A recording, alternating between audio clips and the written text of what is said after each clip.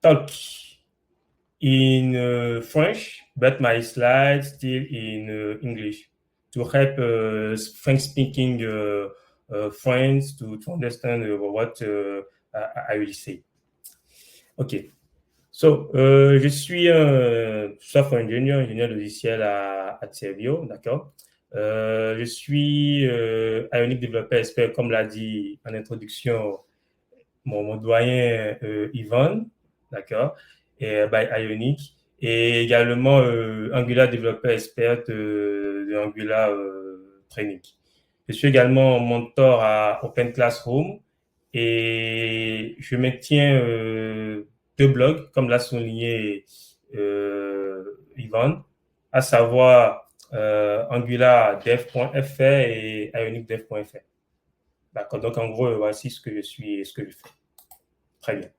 Donc aujourd'hui, on va parler de Capacitor. Capacitor qui a été qualifié comme je dirais, le nouvel environnement pour créer des applications cross-platform, à savoir iOS, Android et web, et également desktop. D'accord. OK, super. Mais avant de parler de Capacitor, on va faire un peu une historique de l'histoire du cross-platform en partant de Cordova. D'accord. Donc, pour ceux qui ne connaissent pas Apache Cordova, et je dirais un environnement, d'accord, qui permet de créer des applications web mobiles cross-platform, d'accord, que ce soit pour les environnements Android, iOS, Windows, etc. Donc, Cordova a été créé en 2008, d'accord, et on a eu une première CLI en 2013 avec la CLI telle que Cordova, Platform Add, Plugin Add et tout ça. Et généralement, on a des mises à jour mineures, mais pas rien de bien méchant, quoi. Des quick fix, d'accord, pour pouvoir, je dirais, résoudre quelques problèmes lorsque les plateformes natives, d'accord, évoluent et font des changements dans leur leaks. Très bien. Le problème avec Cordova, c'est que iOS et Android, ça va très vite, très très vite. C'est-à-dire que on prend l'exemple très simple de iOS qui sort, je ne sais pas, en une année, une ou deux versions majeures, d'accord. Android aussi qui commence à sortir une version chaque 6 mois. Donc du coup, la communauté Cordova parfois a du mal à suivre, d'accord, parce que je prends un très simple. De Android 11 à Android 12-13, il y a plein de changements. Les droits, d'accord, liés à l'accès aux fonctionnalités natives, à savoir la caméra, l'arborescence des fichiers et tout ça. Parfois, ça va très vite et la communauté a du mal à suivre. D'accord.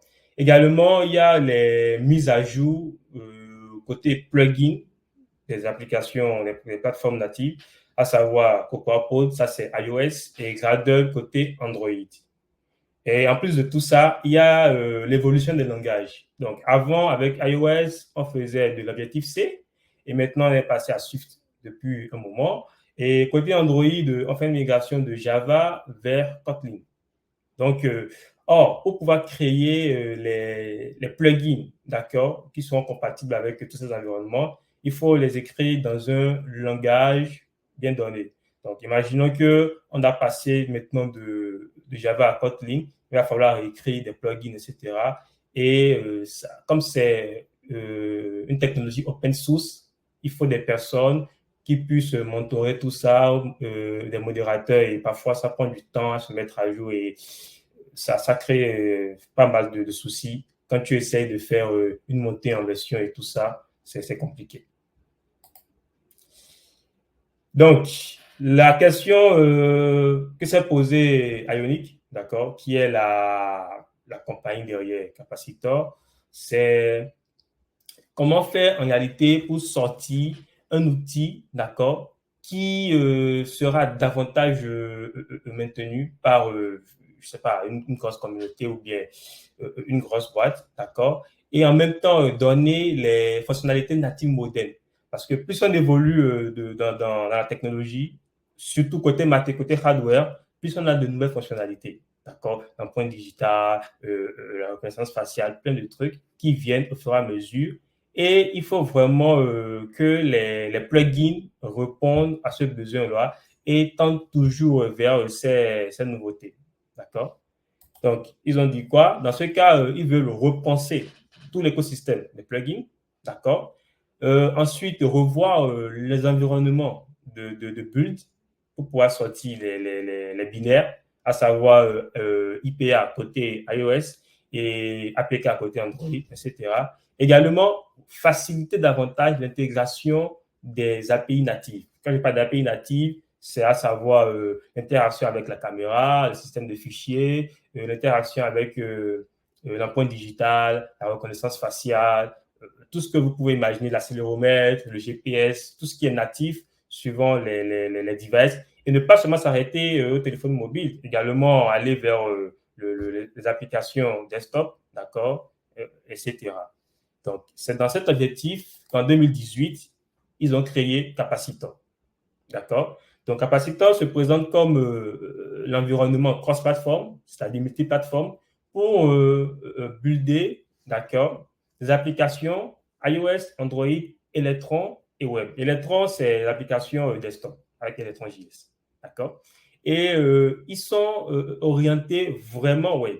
C'est-à-dire que j'ai une application web, d'accord, développée en JavaScript, tout simplement, et j'aimerais quand même utiliser les API natifs de mes devices, c'est-à-dire de mon matériel cible via le système d'exploitation, sans pour autant me casser la tête.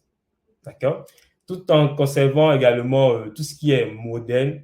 D'accord? Dès qu'il y a des nouveautés, une nouvelle chose qui sera créée sur ce matériel-là, comme, je ne sais pas trop, une nouvelle fonctionnalité, hardware, d'accord, que mon API ou mon application puisse facilement interagir avec ça. D'accord. Donc, ils se sont beaucoup inspirés de Cordova, React Native et TurboLinks. Très bien.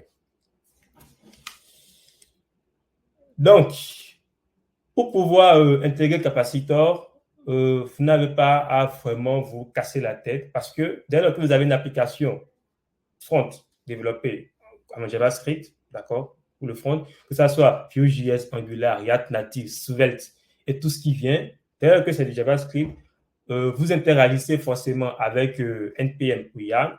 Donc, vous pouvez transformer votre application web, d'accord, en application mobile, desktop, quoi que ce soit.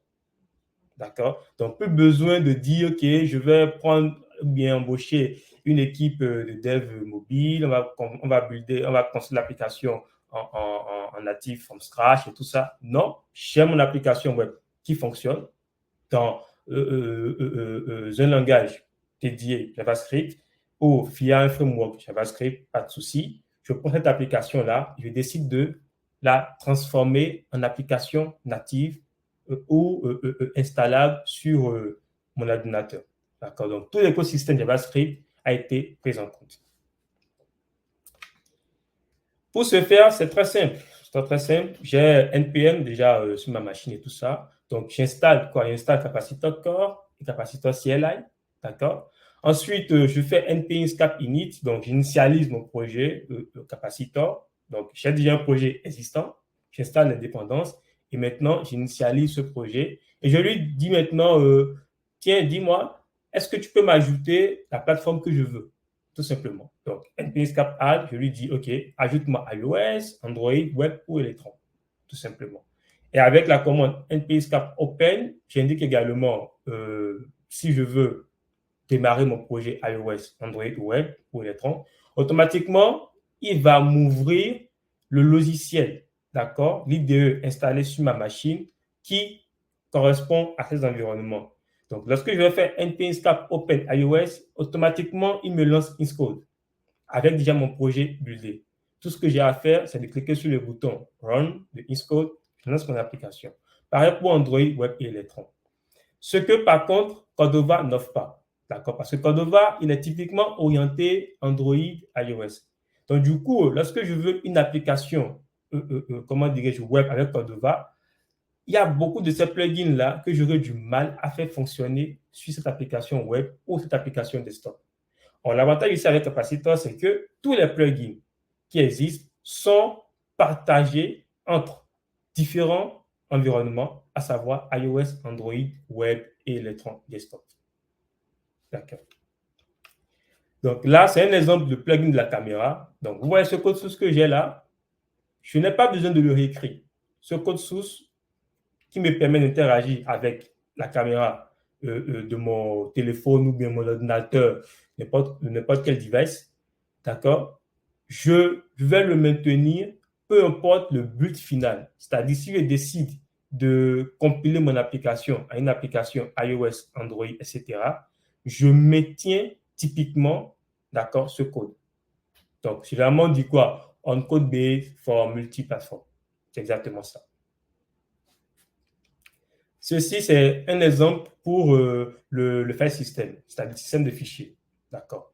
Donc, j'écris mon code une seule fois et dès que je compile sur l'environnement cible, automatiquement, d'accord, il va conserver ce code-là, le compiler dans le langage adéquat et me permettre d'interagir avec la plateforme que je désire.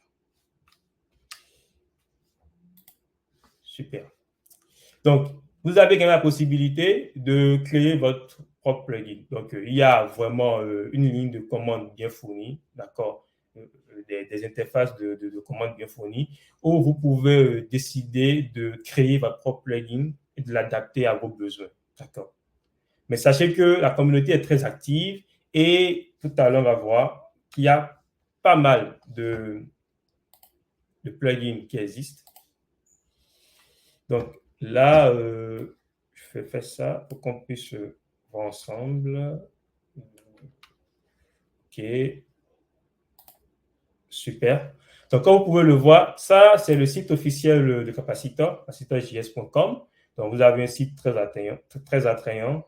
Excusez-moi. Et vous avez tout ce qui est compatible avec Capacitor. Donc, on voit, on a React, Angular, Svelte, Vue.js, Stencil, d'accord, Ionic, le framework maison même de Ionic et tout ça, et framework 7, vous avez plein de trucs. Là, c'est quoi ça? Etc. D'accord. Donc, vous avez une documentation également bien fournie qui vous montre step by step, étape par étape, comment installer Capacitor et configurer votre environnement de code. D'accord. Côté plugin, vous avez deux types de plugins. Vous avez les plugins officiels, c'est-à-dire créés et qui sont maintenus par Ionic eux-mêmes. D'accord. Comme vous pouvez voir, vous avez plein de plugins HTTP pour faire les appels, les API vers des serveurs distants. Tout ça. Vous avez push notification, un plugin pour accéder aux informations réseau. D'accord. Et vous avez également une communauté qui travaille énormément sur des plugins, d'accord, et qui sont vraiment à jour et maintenus. D'accord, donc c'est une communauté très active.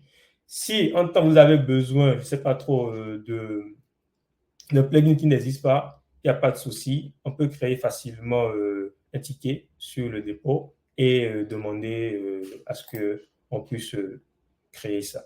D'accord. Donc, c'est Robin James qui essaie quand même de maintenir cette plateforme-là et de la rendre quand même active.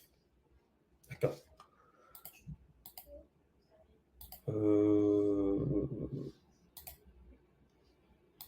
Super. Donc, maintenant, on va parler concrètement. Je vais faire une démo, d'accord, pour qu'on puisse voir ensemble ce à quoi ça ressemble concrètement. Donc là, je vais déplacer mon code source vers cet écran pour qu'on puisse tous voir ensemble. Je fais ça. Super. Donc, ça, c'est quoi? Ça, c'est un projet mobile. C'est un projet Ionic, d'accord, que j'ai créé, sur lequel j'ai travaillé.